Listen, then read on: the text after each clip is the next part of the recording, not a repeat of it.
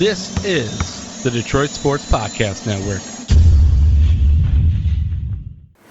What's up, Detroit sports fans? Welcome to the Fan Reporter Show, made by fans for fans, powered by the Detroit Sports Podcast Network. I'm Nick, and joining us today is our boy Anders, going to give us this week's topics. Well, the Lions had an ugly, mistake-ridden loss today, and the Pistons leaked some ugly jerseys. We'll talk about both. It's a Fan Report. Which one do you want to start with? Because both are ugly. both are bad. If you're a Lions fan or a Michigan fan or a Minnesota fan, you did not have a good week. It was an abysmal week for football for a lot of people locally in terms of Michigan fans, Lions Well, if you're a fans. Minnesota fan, it wasn't all bad. You beat the Packers. A Vikings fan, sure. Yeah. That was a big win. Not a Golden Gophers fan, though. Nope. They're pretty unhappy. That team looks putrid. Like, they look terrible. Here we all thought that, oh, wow, Michigan looks really good. Nope, they just played a team worse than Rutgers, apparently. I mean, okay. It's a rivalry game. The underdog, big-time underdog. Anybody, honestly, though, when that spread came out at 25.5, I went, there's no way in hell. When's the last time this game was... How many times in the last 15 years has that game been decided by more than 3 touchdowns? I think the most recent one I can remember was, 2 years ago that happened? I remember correctly. I'll give you the answer. Oh, no, it was last year. Was it last year? Last year, 44-10, Michigan in Ann Arbor. Okay. But either way, it's obviously... that, I don't think it's happened in... Oh, I just have it pulled up right now. Michigan State beat them 35-11 in East Lansing in 2014. So 23 in 2013, 34-17 for Michigan State in 2010, 31-13 in 06. It happens every now and then. It doesn't happen often, though. I don't see it on here except for Michigan State doing it. I don't see Michigan doing it 2 times in a row. And so, I like the shade. Obviously, Sparty's happy. I'm happy. But this Lions team today was lost. They look like they came in. They look like they went back to who we thought they were. They were who we thought they were, which is a bad football team that is not well coached. I was giving them a chance this week to finally really get my attention. I mean, this is really the first good football team they've played since, like, the Packers or the Bears. They haven't played a great football team since. I mean, the Cardinals are a good football team, but that's kind of an outlier. The Saints are a good football team, but not the Saints team you played. Right, not the Saints team you played. And again, you got beat by that Saints team. Had, this is really the first time we saw the Lions, a better version of the Lions, since that for those first few weeks. This last week and the week before was a different team than what we had seen. In a lot of ways, schematically speaking. And then this week, it looked like they came out and just had a flat. They didn't look like they had much of a game plan to beat this Colts team. And I know the Colts came in coming off a bye, were more than prepared to go up against this Lions team. But either way, it looked like the Lions had a lack of a game plan going on. I mean, they abandoned the run pretty early. That just wasn't working. Well, I mean, for obvious reasons, I would abandon the run too. They ran the ball 13 times. Their running backs ran the ball 11 times for 8 yards. Your best ball carrier was a guy who ran the ball 1 time for 11 yards in Jamal Agnew. Yep. And then Stafford was your second best ball carrier who ran the ball 1 time for 10 yards. You managed as a team to put up 13 carries for 29 yards. And I know they got out, they got behind early and they had to play a little bit of catch up. But in all honesty, it didn't look like Stafford was, lighting the world on fire in this game either. Numbers-wise, it looked like he played pretty solidly. 24 of 42 for 336 and 3 touchdowns with a pick. He was also sacked 5 times. He also had a fumble that probably was more of his fault than anything. He held on to the ball a little bit too long, and he's really got to recognize the pressure coming and tuck it away. It was in his face. What gets me is, I feel like our offensive, what happened to our offensive line this week?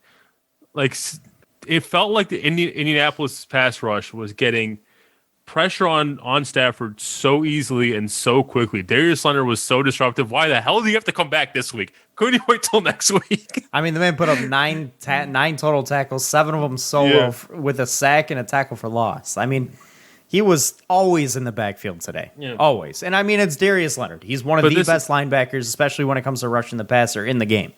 But it's like the second straight week where our pass protection was absolutely terrible.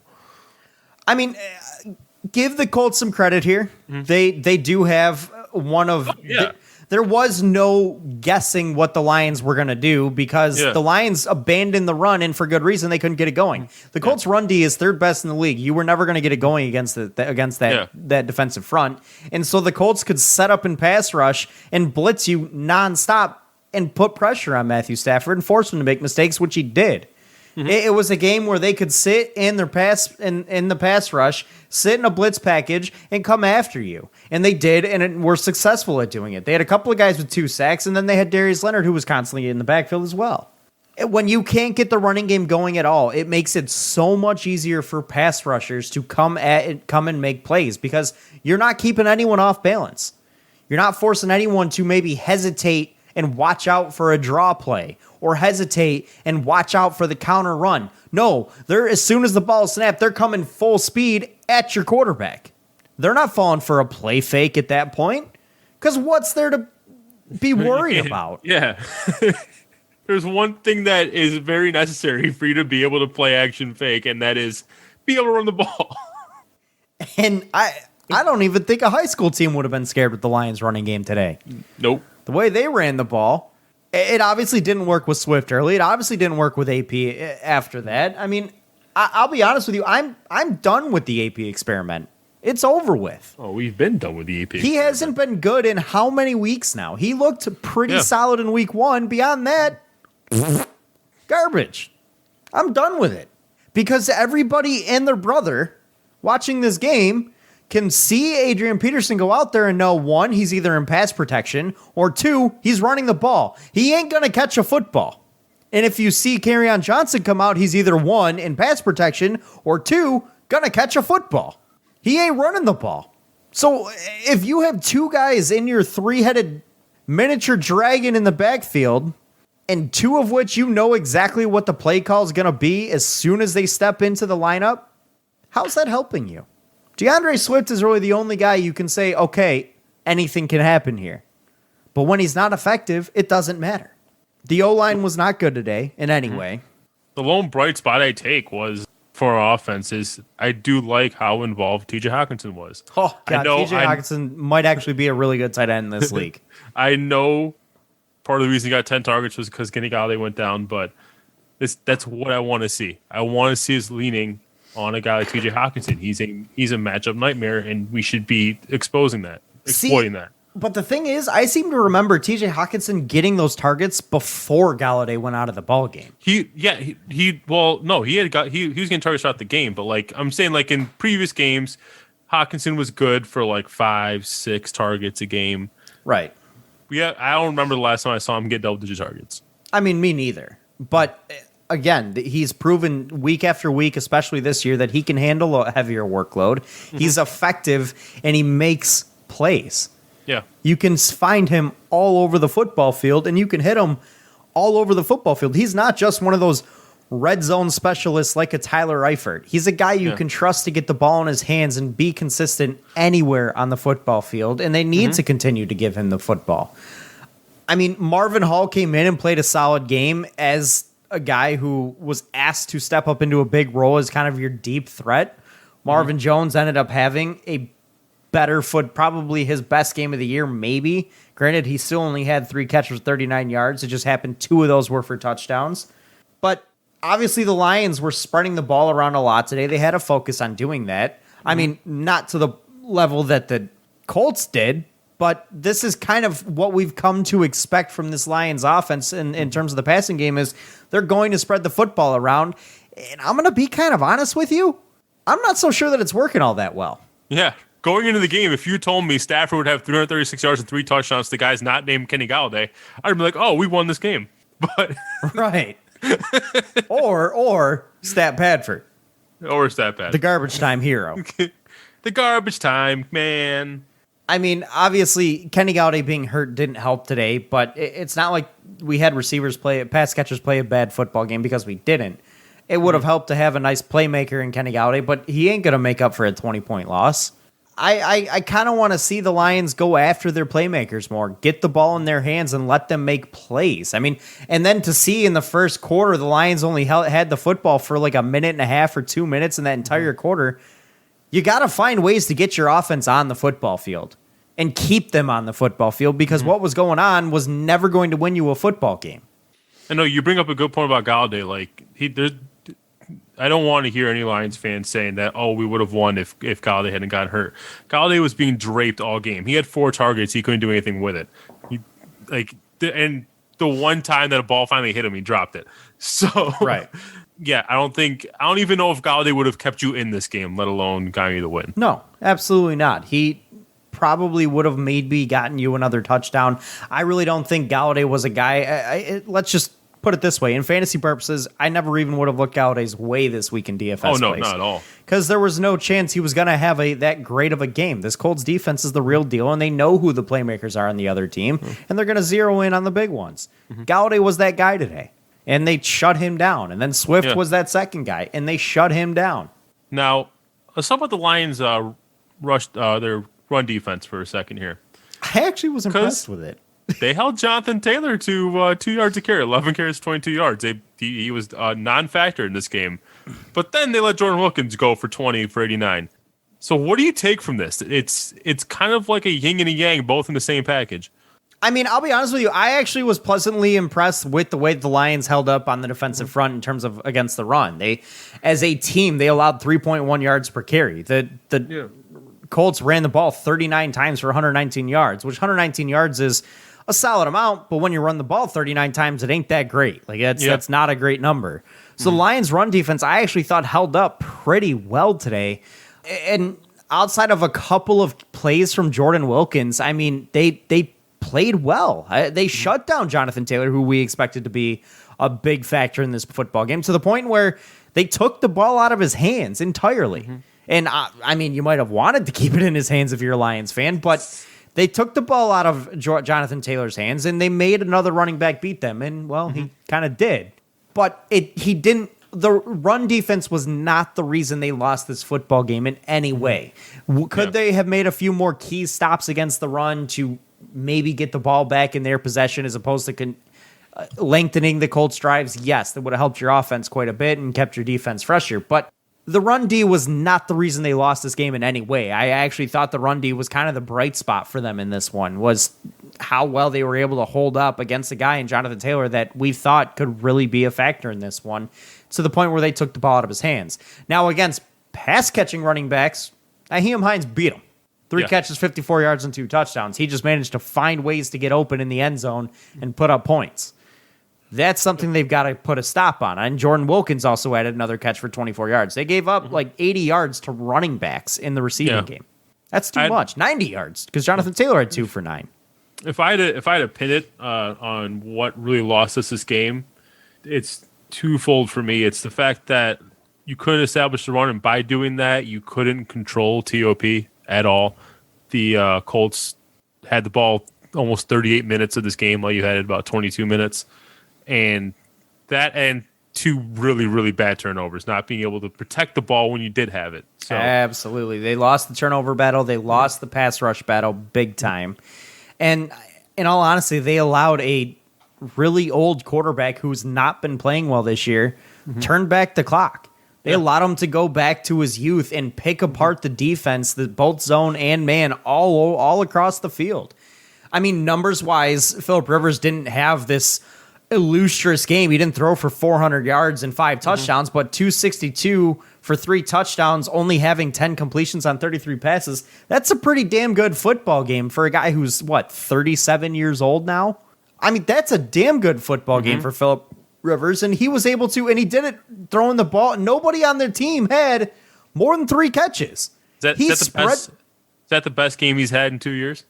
No, I don't think so. I think that he's had a couple of games this year where he's done that, but I mean, it might be. It might be the cleanest game he's had in a couple of years. Because I'm trying to think, like his last season with the Chargers, I don't remember him having any standout games. And as far as I've known, he hasn't had any major good games this season. So that's why I said that. I feel like he's had at least one or two good games this year. I mean, I'll give you the answer here in a second. Against the Bengals, he went 29 of 44 for 371 and 3 touchdowns. So that's probably his best game of the year. So his last game was better. Yes, and against Jacksonville, granted in a loss, he went for 36 of 46 for 363 and a touchdown. Granted, he did throw 2 picks in that game. Yeah. So he did also throw a pick against the Bengals, but he put up over 100 more yards. Yeah. So I will secede. Okay. But either way, he it's not like he keyed in on one receiver like we see other quarterbacks do sometimes. I mean, he went after, like I said, he had 1, 2, 3, 4 different receivers with 3 catches, and nobody had more than that. And then he had a couple of guys with 2 and a bunch of guys with 1. I mean, he went after every receiver he could throw the ball to, and it's not like he's got this illustrious pass-catching core. T.Y. Hilton's probably, I think, his best receiver. He used to be. He ain't anymore. I mean, T.Y. got hurt halfway through this game. Pretty much went down the same time that Kenny Golladay went down. So he had to spread the ball around and use anything he could out there, and he did. And he did very successfully and picked apart the Lions secondary. I mean, this defense it's not a defense that you can. The game plan, if we had a game plan that we went into it today, was not catered to our defense. Let's put it that way. We can't let another team possess the ball that much, no matter what that team is. Absolutely not. Because it exposes us. Anytime you see your team only possessing the ball for 2 minutes in an entire quarter of the game, you're not going to win that football game. It's just a fact. It's what it is. Mm-hmm. And I mean, I don't know. I mean, again, the Colts possessed the ball for almost 38 minutes of this game. Lions only 22. An entire quarter of football. They possessed the ball more than the Lions did today. Mm-hmm. You're not going to win football games that way. You're just not. Yeah, it's a direct result of you not being able to establish the run. It all flows together. Absolutely not being able to. And if the run isn't working, go to more of a short passing game, the 4 or 5 yard dink and dunk style. This isn't. Come on, Patricia. This was that was the bread and butter New England. You should know this. Exactly. You have to be able and willing to adjust your game plan if things aren't working. You can't just go out there, put your offense out there and say, okay, the running game's not working. Let's just go with the same passing game plan that we had and expect it to work, because it's not going to. Again, it looked like the Colts came in here with a game plan in mind to pick apart the Lions on both sides of the football and executed it perfectly, and the Lions had no answer at all. Any other points in this game before we look ahead a little bit? I mean, we're going to go back to the same question that we've had pretty much all year. Well, my first question was going to be, how worried are you about facing Dalvin Cook next week after we just did it? I'm scared as hell. That man is so damn good. He missed his last, one game or 2 games? Was it 1 or 2 games that he missed? I think it was 1 due to injury, because they had the bye last week. Yeah. He missed a game due to an injury and then came back looking like he's never been hurt a day in his life. Man looks unreal. But yeah, what the Vikings were able to do to the Packers today, you can no longer be like, oh yeah, that should be an easy game. That's now looking like, oh, that game we might not be able to absolutely take for not. And I do think that the Vikings played up today. I mean, anytime you have a quarterback whose stat line looks like he played a really good half of football, and then you look at your running back stats and go, whoa, shit. He looks like he played a really good 3 games of football. I mean, I am obviously scared of the Vikings right now, because straight up, I don't think this Lions football team is very good. I don't. I don't. I don't think they're a very good football team at all. I think the Jacksonville game was a soft football game. Gardner Minshew played hurt, as we're finding out this week, with that messed up hand. And then you have, on top of that, the Cardinals game, which may have been more of a fluke win. And the Atlanta Falcons look like they're just a straight up bad football team as well. Are you the worst of the worst? Are the Lions the worst of the worst? No, we know that. But are they even middle of the road? Probably not. I really don't think so. And I think the Colts really proved that today, what a good football team looks like, what a good coaching game plan looks like. Like I said, they needed to win today to get my attention and make me even think that they could string off the next 4 after this. And now I'm like, oh yeah, well we may lose to the Vikings. The Panthers are starting to scare me now all of a sudden. Like they're going to have CMC back too. I mean, yeah. It's going to be a different look Panthers team because Teddy Bridgewater plays mistake-free football.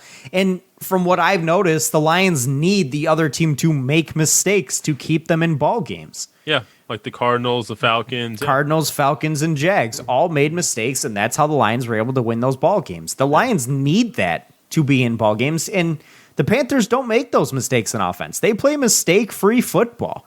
So the Colts pretty much played a mistake-free game today too. They did, and look what happened. Colts did play mistake-free. No turnovers. And only, 3 penalties that cost them like 20 yards or something like that? Right. And I mean, the Washington football team is not a good football team, but their defense is halfway solid. I mean, the Lions' schedule, which we thought was going to be an easy schedule moving forward, ain't looking so easy anymore. Minnesota, after today, I don't know. I don't know that we can shut them down defensively. I don't know that we can stop guys like Dalvin Cook and Adam Thielen and Justin Jefferson for putting up big numbers on us. Washington, that's going to be an ugly football game, let me tell you. Yikes. Oh, God. Yikes. I don't know if I even want to watch that. So I thought this game was boring. Like, right. I don't even know if I want to watch the Washington game. Carolina, they look like a better football team than us. Houston, all right, Houston's pretty bad. That might be a win. Yeah. But then you've got a gauntlet of Chicago, Green Bay, Tennessee, Tampa Bay. Are you really looking at walking into any of those saying you're going to win those games? No. So that brings me back to the argument or the question we've had since the Lions broke off, since the bye week. What do we do with Matt Patricia and Bob Quinn here? Do we fire them? Do we bring them back? Do they even have a chance to come back in your mind? If Sheila Ford is true to her word, it's supposed to be we are a playoff team. Playoffs or bust. Or you're gone. And right now, you're 3-4, and I'm going to say you need to get at least 8 wins to be even in the conversation of being a playoff team. And I'm looking at our schedule, and if I can pick out 5 wins, I'll say Washington and the Texans. Then you're going to have to beat probably the Bears and the Vikings twice is probably your best shot. Or the Bears, the Vikings, and the Panthers. Then you're sitting at 8 games, and even then you might not be a playoff team. So, and what I want to say is Patricia and Quinn aren't going to live up to their ultimatum, and Sheila Ford fires them. But I'm not even convinced that Sheila Ford's paying attention to this team right now. So I get I don't even. It's so hard to call at this point. I wish we had clear direction from ownership, but we don't. My gut tells me that they're back for another year.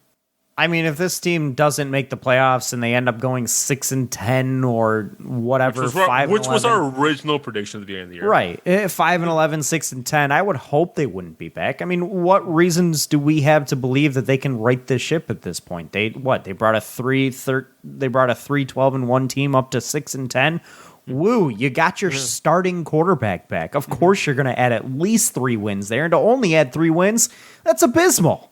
This football team needs to be playing better than 6-7 wins. They need to be getting into the playoffs because they've had opportunities. They've had high draft picks. They've had opportunities to make the right draft picks, make the right trades, make the right signings. And this front office has not shown me an ability to make those right decisions. And this coaching staff has not shown me an ability to make the right decisions and make the right game plans, put in the right personnel. So I can't say that I do have a belief that they'll be worth anything. And frankly, I don't think Bob Quinn and Matt Patricia should be around any longer to be able to make decisions for this team. I mean, I feel like the fact that they were allowed to make that trade for Everson Griffin, doesn't that tell you something that they're coming back because they're allowing this GM to still make decisions for this team? It's very possible. However, I still kind of believe that there is the ultimatum there. I still believe that Sheila Ford said, you can make one or two additions to this team, but you are not allowed to trade a pick inside the first 4 rounds or something like that. You know, she can say you can make additions to try to get into the playoffs, but you can't mortgage the future entirely. You know, you can't just throw all your chips on the table. You have to leave some for the next year. I wish I could believe that. I mean, obviously, I don't know that I can believe it either. I think it's a possibility. I mean, giving up a 6th round pick, is it for Everson Griffin? It seems surreal to hear the idea that Sheila Ford could be talking about draft capital and like who you can. From what we've heard, she claims she knows football, that she eats, breathes, shits, everything football. Why isn't she talking about anything yet? That I don't know. I do wish we had an ownership that was a little bit more fronting, a little bit more transparent. We could hear them talk. Hell, I wish our freaking GM would talk more in the media. He talks twice a year, beginning of year and end of year. That's it. That's all we ever hear from Bob Quinn. Where's he at? Why isn't he answering for the mistakes that he's made? Matt Patricia goes up there and gives us the same spiel every single week. Got to give credit to the Colts. They played a great game today. We just got to execute better. It comes down to coaching. I got to coach better. All right, how many times are we going to hear the same thing over and over again before it gets... I mean, he literally says that exact same thing every single week. We've got work to do. We've got work to do. We got to coach better. We got to execute better. Got to give credit to the other team. I mean, it's the same damn thing week in, week out with him. It's almost like listening to Matt Stafford up there going, we played a good game today, but just the other team, was that much better. Yeah. But aren't you thankful you have a defensive genius as a head coach? No. This is 2020. Defensive geniuses are garbage now. They don't exist. You can't play defense the same way. 41 points, Old Man Rivers, defensive genius. I mean, don't get me wrong. I'd love to see a guy like Robert Saleh come in and be the hometown hero that rights the ship here in Detroit, and that'd be great. But I don't want to see another. I'm not even talking about him. I'm talking about Patricia. Aren't you glad you have a defensive genius? No, I know, and I'm not. He's the wrong guy to do it. And not to say I wouldn't want a guy like Robert Saleh to come in and be the guy, but I would much rather see someone like, I don't know, the Chiefs OC come in here. I mean, he'd be awesome to see come and be the coach of this football team, you know, give a different philosophy. Let's be real. We are over the last 2 decades of this organization, we were most successful under our offensive-minded coach in Jim Caldwell. Mm-hmm. Yeah. So let's maybe go that route with a coach who can coach on Sundays as well as Monday through Saturday. There you go. That's a novel idea. I mean, it's just that easy, right?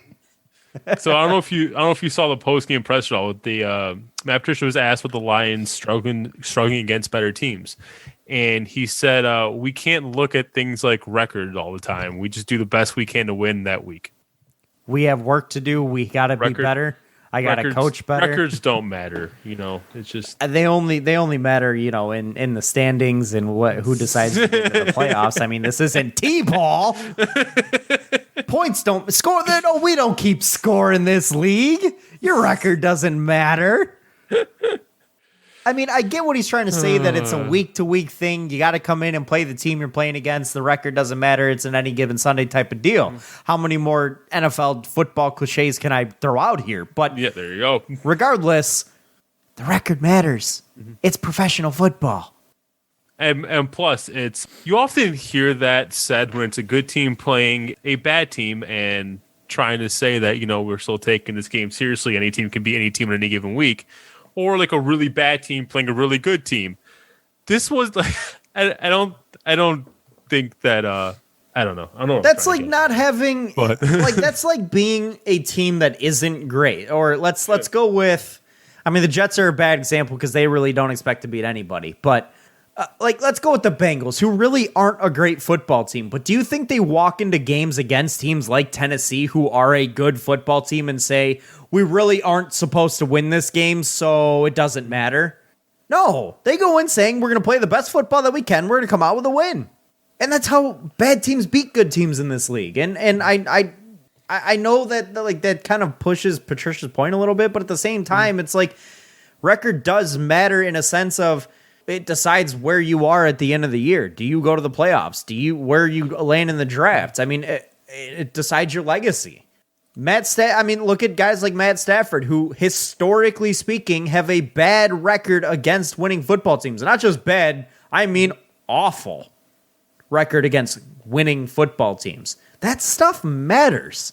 Records does matter when you can only beat teams that have 2 wins, 3 wins, 4 wins, that are below 500 teams. Records matter when the coach before you got fired because 9-7 isn't good enough and you've won like 12 games since. I don't even think he's won that many. I mean, maybe he has. I don't know. But records matter when you're trying to figure out how good a football team is. Like, if you're beating bad teams but aren't beating good teams, then you're probably somewhere in the middle. And that's kind of where the Lions are and have been for a while and seem to be in that hell if they're not worse than that. I mean, it obviously what they're trying to do is obviously not working. It's obviously not going to change. They need to make a change. They need to right this ship one way or the other, and I think Sheila Ford needs to be the one to make that change. She needs to be the one to right this ship. She needs to take control of the reins and say, look, Matt, Bob, thank you for your services, but we're going a different direction. It's not working any longer. And what we thought was supposed to be the soft part of your schedule where, hey, maybe we can string together a really good stretch of games where we win 5, 6 in a row. Now the next few games are in doubt in a big way. And I'm not exactly confident. All right, real quick before we move on to some hoops. Vikings early spread. Vikings -2. What are you taking here? Vikings -2. Is this on the road or at home? I believe this is in Minnesota. In Minnesota, I'm going to take the Vikings here, I think. I'm going to agree with you. I didn't see anything today that makes me believe the Lions have the ability to win this game. I know the Vikings are a team that makes a few more mistakes than a team like the Colts do, but I don't know. I don't see it in the Lions. And plus, Kenny Galladay possibly being out for an extended period of time, it does make a difference. It does hurt this team in terms of on the offensive side of the ball. So I'm going to say I'll take the Vikings -2. I'll take that as well. All right, let's talk about some hoops real quick. Let's do it. Do we want to close out with the jersey? You want to talk about some draft stuff first? Let's talk about some draft stuff. Let's get to the meat and potatoes. All right, let's first talk about LaMelo Ball. LeVar Ball, and you're the one who brought this to my attention, LeVar Ball seems to want his son LaMelo in the freezing tundra of Detroit. Nick, I have a question for you. Why? I'll be honest with you. I think it has to do with the fact that this is a place where LaMelo Ball would be numero uno no matter what. And if you read his quote, it basically talks about how the Lakers aren't a fit for him because of the whole AD and LeBron thing, and it's just not a good fit for his play style and his game. But a situation like New York or Detroit fits his play style. And by that, he means I need a team that he can go to and a bad basketball team that he can go to and be the superstar. The superstar. That's what he wants them to be. That's what he wants him to do, is go into a team where he can be the star. He can be the one that brings everything up and turns that organization around. So the Ball brand becomes the savior of insert team he belongs on, or insert team he goes to here. Like, I agree that it's obviously because of the opportunity that he's going to get here, but I just can't for the life of me think of, like, I can't make the argument that he's going to get any more opportunity here than he is going to get with a team like, let's say, Minnesota or a team like Charlotte. Like, there's teams ahead of us that I feel like he will be the guy on their squad as well. So that's why when I heard that, I was really confused because I'm like, I don't know why us. I know another team he did say, though, was the Knicks, for example. That's I don't know why anyone would want to go to the Knicks ever. Yeah. That's our team where he would be the guy. Yes. I mean, I think the only team where I'd be like, if I was LeVar trying to pick where my son was going to go, the only team I would say no, I don't want him there is probably Golden State, because he's not going to get to play for, like, at least not get to play starters minutes for a little bit, being behind both Clay and Steph. And I mean, I kind of agree with you there. I mean, yes, he's going to get a chance to win in Golden State, but I don't think he's going to really get much of an opportunity to be the guy there. I mean, in Minnesota, he probably could be. Granted, having Karl Anthony Towns there does kind of put a wrinkle in that. Charlotte, he probably could be the guy there, but maybe he thinks that Charlotte is just a poorly run organization, doesn't believe in what Michael Jordan's doing there. Yeah. Maybe he thinks it's a shit show. And then you look at Cleveland. Well, that's a team that already has probably their guy in Colin Sexton. Yeah. Chicago, I mean, that's a team that you could say could be an opportunity for him to be the guy. I don't know why he wouldn't pick Chicago. Maybe, again, he doesn't believe in the organization and what they're doing there. But then you look at Atlanta, they already have their guy. So, I mean, really, you've got really Chicago and Charlotte as the only opportunities for sure. But I also don't think they really present him a very good opportunity to win. And I don't think they would. Oh, yeah. They have the pieces there that would surround the LaMelo Ball to allow them as well as the team to be successful. Detroit, maybe, though. I mean, there are some possibilities there. I mean, we do still have Blake Griffin. We do still have Luke Kennard, who could be, that Ray Allen type player, that spot-up shooter. That could be a fun backcourt, LaMelo, Luke. I think so. They do have Sekou Doumbouya, who could be a really solid wing player.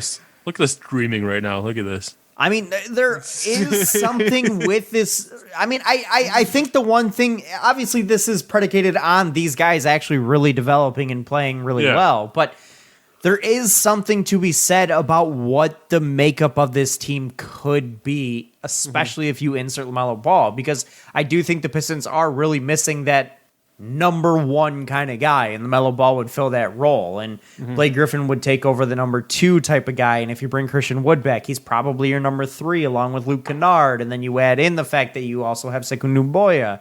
The roster makeup in a year or two looks pretty good, and I actually think you could be looking at a potential future where they do compete with that makeup if they bring in a guy like LaMelo Ball and he's as good as advertised. And that's where you would say that maybe what LeVar is looking at is, hey, they're trying to build something in Detroit, and I kind of believe in it. They're just missing this one key piece. But obviously that could all just come tumbling down if guys like Blake Griffin ended up not ever really coming back 100%. Sekou Doumbouya doesn't ever develop. Luke Kennard doesn't ever become what we hope he would be. We don't bring Christian Wood back. Obviously things would just tumble down at that point, and we just have LaMelo Ball. But regardless, it is interesting to see him say, I do want him to come to Detroit, because when's the last time you've heard anybody say that? Been a minute. I can't remember the last time. It's a guy who more than likely is going to be going in the top three, at worst top five. And you got your dad coming out who loves to overhype his own kids, coming out saying, yeah, I want him to go to teams that are picking 7 or 8. I also think there's something else here that's kind of at play. I think teams like the Pistons and the Knicks are a little bit more likely to bring in all three of the ball boys. Interesting. I think that also is a little bit at play here, because I do think there's roster space for guys like that. Like the Pistons would have actually been connected to Lonzo Ball. There's been possibilities of a trade there, and LiAngelo Ball, I mean, maybe if you bring two, maybe you go after the third and bring him in as a low end of the bench type 2 player, type guard. And I mean, maybe that's a possibility. And obviously New York is another one where that could be a possibility. Plus the Pistons have the money to do this. So maybe that's also something in play as well. All right. Stick with the draft talk. There is a lot of draft buzz. This is courtesy of Bleacher Report. And a lot of interesting things have come out of it, including a lot of names that the Pistons are being linked to. 4 in particular. 2 we already have been hearing all throughout draft season, Killian Hayes and Tyrese Haliburton. We've given your opinion on who we like between the two and don't want to keep hammering the same thing over and over again. But 2 other names now that the Pistons are linked to in this draft. Kira Lewis Jr., the point guard of Alabama, and the Florida State Seminole, Patrick Williams. I'll kick this one off by saying Kira Lewis Jr. is a guy that really grew on me over the last couple months in the draft process. I was watching I didn't get to watch him much in terms of his time at Alabama, but I was watching some film on him, and dude looks electric. I mean, just like Killian Hayes, he can really strives out of the pick and roll.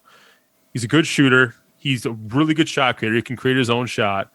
He's extremely fast.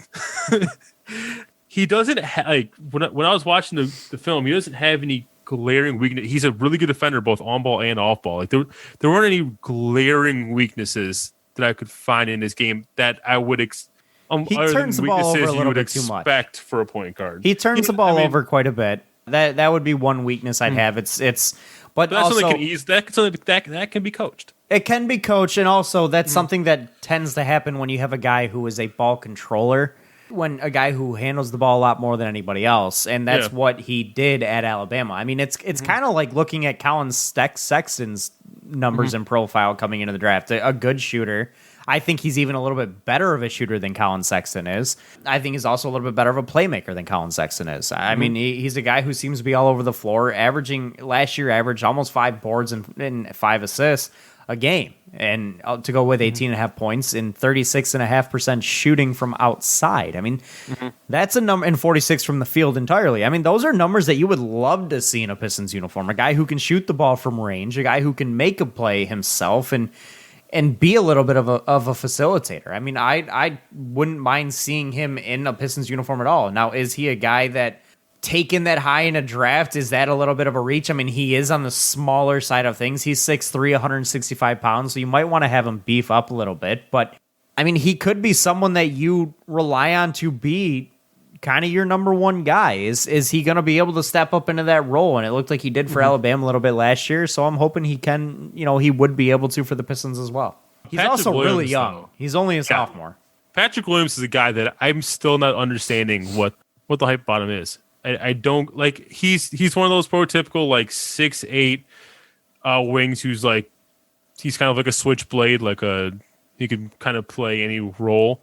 But I feel like a crucial part, like a Draymond Green type, I feel like a crucial part of that is being able to guard a wide range of people. And the guy is stiff on defense. He can't really guard anyone. No. So it's not like he's a knockdown 3-point shooter. He shot a 3 at 32% on 50 attempts. He's not a high volume scorer. I don't know what the hype is on this guy. I don't really see the allure here. I'm not going to lie. I'm looking at the numbers. I'm looking at the profile. I mean, he's got length and size, but and I mean, inside he can shoot a little bit. I mean, he can even shoot a little bit outside. 32% from 3 is not going to, make anybody write home to their mom. But I mean, he's got the ability to hit down a 3, but regardless, he's not a volume scorer. He's not a guy who can create a ton of offense for you. He doesn't really do anything exceptionally well. And he does everything decent, nothing he's not great at anything. And it's not like he can be your 3-and-D wing that you really rely on. And also, I'm a little bit concerned why they'd be going this route, considering I would think Sekou Doumbouya would be taking up a lot of the minutes that he would look for. So I don't know what the route would be there. I mean, I don't see the fit. I'm hearing him connected. Right. I don't see the fit with the Pistons. I don't know what he would bring to the table that would really help this team take the next step. He's not exactly the type of player that we need right now. No. And it's not like we have a really solid wing player to be the guy a rock, but he just doesn't seem like he can be that guy. This is the type of complimentary piece that you add to an already good team to help push you over the edge. This is not like a young guy that you can build. I don't feel like Patrick Williams is a guy you can build around. I feel like guys like Kira Lewis, Killian Hayes, obviously LaMelo Ball, they have the potential to be someone you can build around. I don't see that with Patrick Williams. And then Tyrese Halliburton, I mean, we've talked about him, but I don't know. I also don't think he's a guy you can build around, but at least he's a scorer. That would take him over Patrick Williams. At least he can score. So looking at a little bit deeper into Patrick Williams' profile, he's one of those freakish athletes, and he's very explosive. And for that reason, I mean, that's something obviously that maybe you hope to be able to coach that athleticism into a little bit more of a basketball skill and allow him to be more of a guy that you can rely on to. Just give me flashbacks to Tony Mitchell. Right. Yeah. It gives. I mean, it's one of those guys you hope that could really develop an offensive end to his game and defensively as well. You hope that he's able to develop.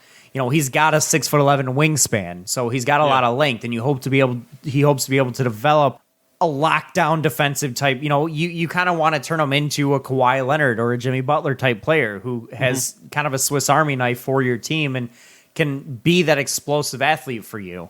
Yeah. He draws comparisons to OG Anunoby, who, again, was a freak athlete coming in and was very raw and didn't really do anything all that excellently. But now look at him, and he's a really, really solid player and somebody that has kind of become one of the higher-end talents in the league and one of the higher-end young talents in the league. So maybe you do look at a guy like OG Anunoby and say, hey, if they can do that with him, maybe we can do that with this guy.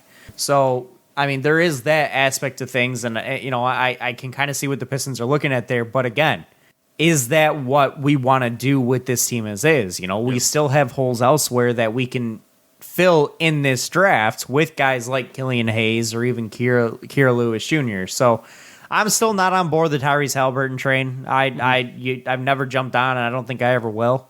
I would probably end up leaning Kira Lewis Jr. over Tyrese Halliburton. I definitely lean Killian Hayes over both. So I do want to point out one thing. One guy that we talked about when we did our first draft discussion on this show for this draft was Tyrell Terry, who was a 6'3" point guard who was basically a lights-out three-point shooter, was possibly the best three-point shooter in this draft class, but the reason that he was going so low was because he was 6'3", but 160 pounds. That's not exactly much smaller than Kira Lewis. He put on 15 pounds. Really? He just weighed in at 174. Wow. So this look out for Stanford Tyrell Terry. He could be climbing up draft boards. And Kira Lewis is a guy that I've been hearing has been already climbing up draft boards. So he may end up going around the Pistons range either way. That's possible. I'm still holding out hope that a guy like Obi Toppin will drop to the Pistons, but I don't think he will. I don't know. I love the guy's game. I feel that. All right, real quick, let's talk about these jerseys. Let's do it. So these city jerseys got leaked. A lot of city jerseys have been getting leaked all around the league, and the Pistons finally got leaked. And it just you could have been scrolling down your Twitter timeline and just missed it if you weren't really looking. That's how uninspired they felt. Unexciting, uninspired, boring, same old.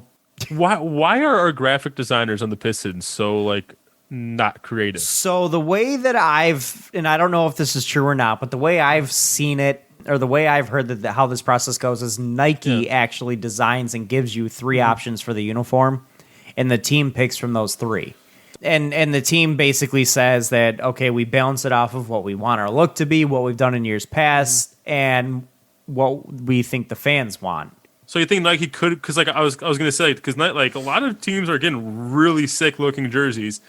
Do you think Nike has designed really cool looking jerseys and the Pistons are just going really conservative with their picks? I actually do think that's entirely a possibility. I think the Pistons are a little bit scared to be creative. I don't know why. I don't know if the teal era has scarred them forever, but I'll be honest with you. I'll go with the Reds again. I would love to see the freaking Reds come back from the teal era Reds, that kind of almost burgundy style red. Yeah. That would be. I've been asking for them to bring that jersey back as an alternate for years.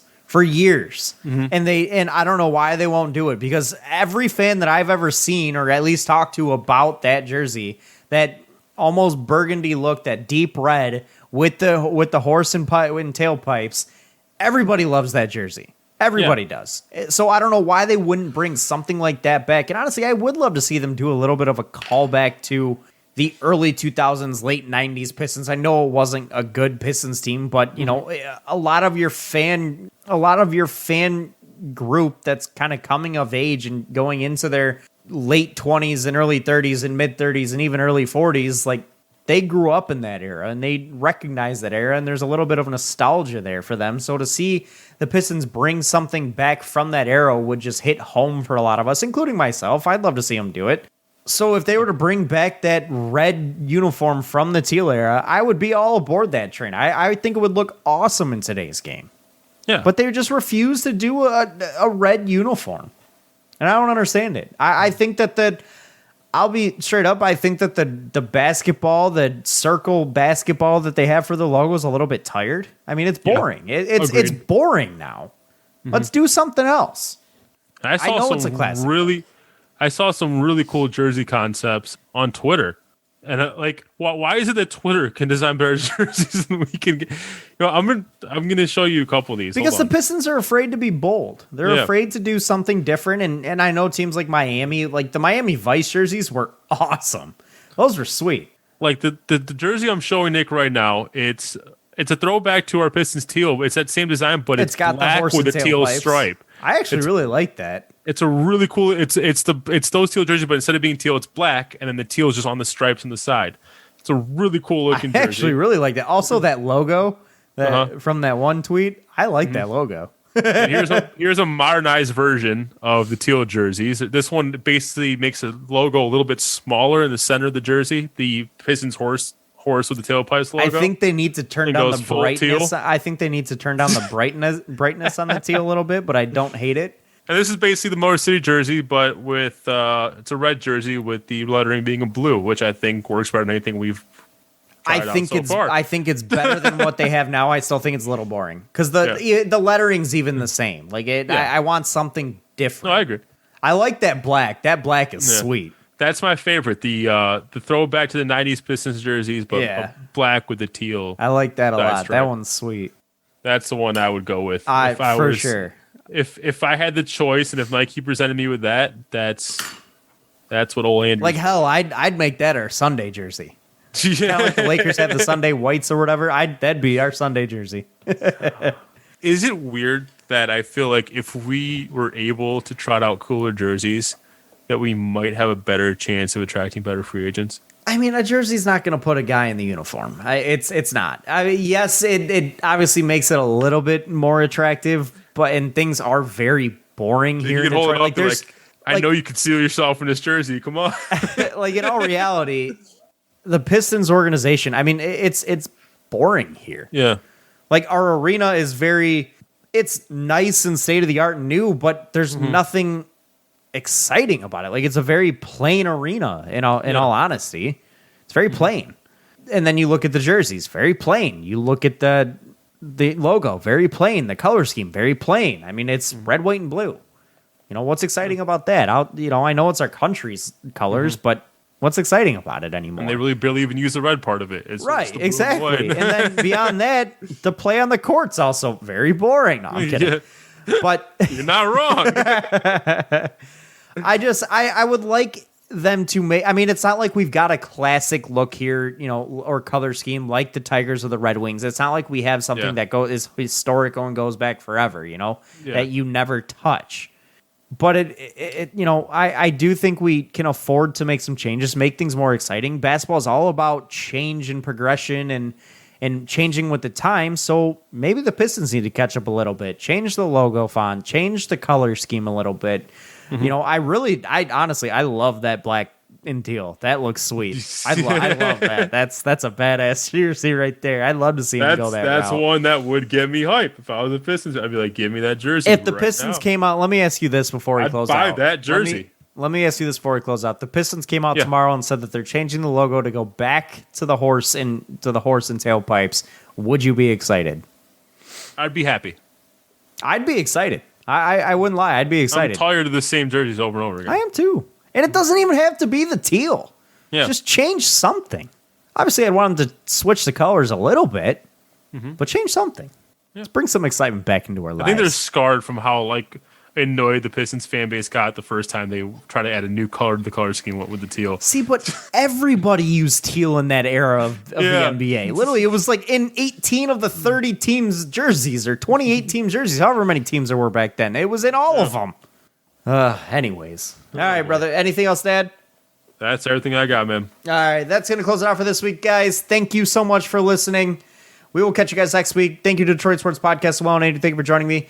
Follow us on Twitter at RealFanReport. Don't forget to check out our fantasy football podcast as well. The Fanalists comes out weekly, and we give some pretty good advice. I like to think anyways. So, But anyways, guys, thank you for listening. We'll catch you next week. This has been the Fan Reporters. Bye, fans. For fans. Have a good one, guys. Peace out. Peace.